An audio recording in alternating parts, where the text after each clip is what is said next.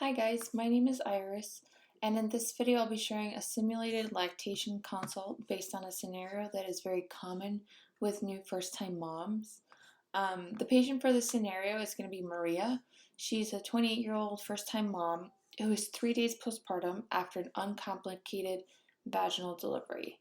For this scenario, we met in the outpatient lactation clinic because she requested help with painful latch, concerns about a low milk supply, and uncertainty about whether her newborn is getting enough milk.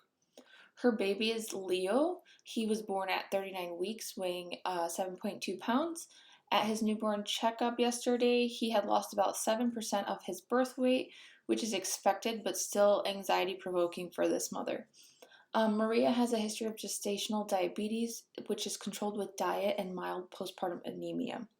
She's currently taking prenatal vitamins and ibuprofen as needed. Her goal is to exclusively breastfeed for at least 6 months.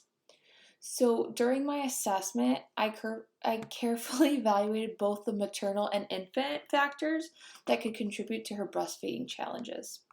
So Maria described nipple pain around 7 to 10 on a pain scale around 7 out of 10, especially when the infant is latched on. When I assessed her nipples, I saw redness and a compression line, which immediately suggests a shallow latch.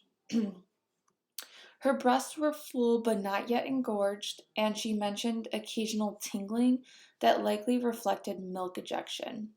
She had been feeding every 3 to 4 hours, which may not be quite frequent enough to support this early milk production.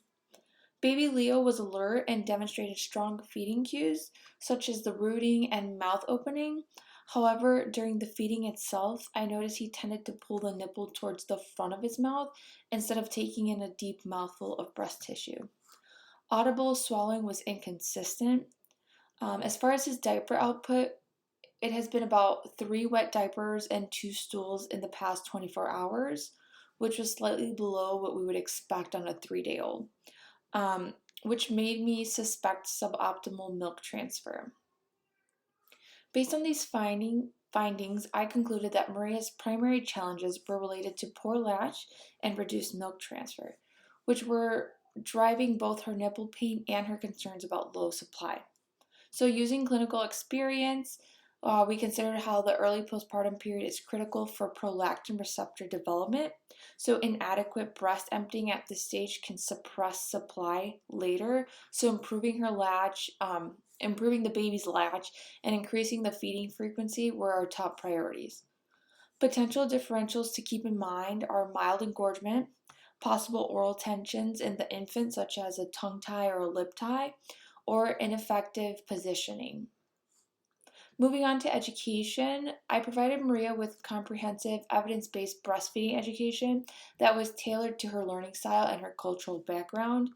I demonstrated the laid-back breastfeeding position, which can help achieve a deeper latch naturally.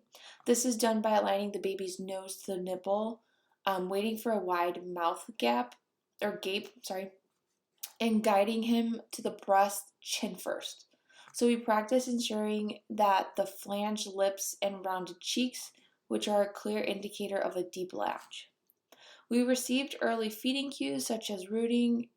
We reviewed early feeding cues such as rooting, hand-to-mouth movements, and light stirring. We recommend feeding every 2 to 3 hours, aiming for at least 8 to 12 feeds per day to support her supply production. I reminded her that she doesn't need a special diet, just consistent meals, hydration, and continuing her prenatal vitamins. I emphasized that hydration supports overall comfort and energy levels. We also reviewed hand expression techniques and suggested expressing after a few feedings each day to boost her supply. We discussed safe milk storage practices, including how long milk can remain at room temperature in the fridge and in the freezer. So this was done, we discussed a few ways to manage potential complications. This was done by encouraging frequent feeding, gentle breast massage, and avoiding long stretches between feeds. I reviewed the early signs of mastitis and explained when she should contact her provider. So these symptoms can include feeling a hard, sore lump in her breast, feeling achy, tired, or run down, usually having a fever greater than 101, or noticing a change in the appearance of the skin on the affected breast.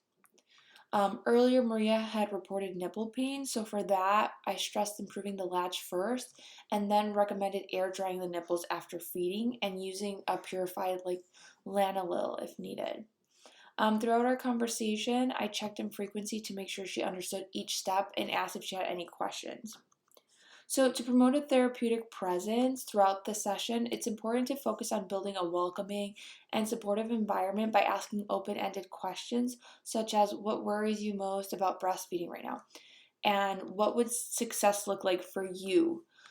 It was also very important to validate her feelings and remind her that these challenges are common. So, to promote cultural inclusiveness, we can ask about feeding traditions in her family and maybe incorporate them into the plan when it's appropriate.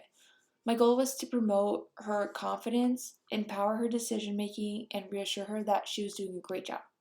Thanks.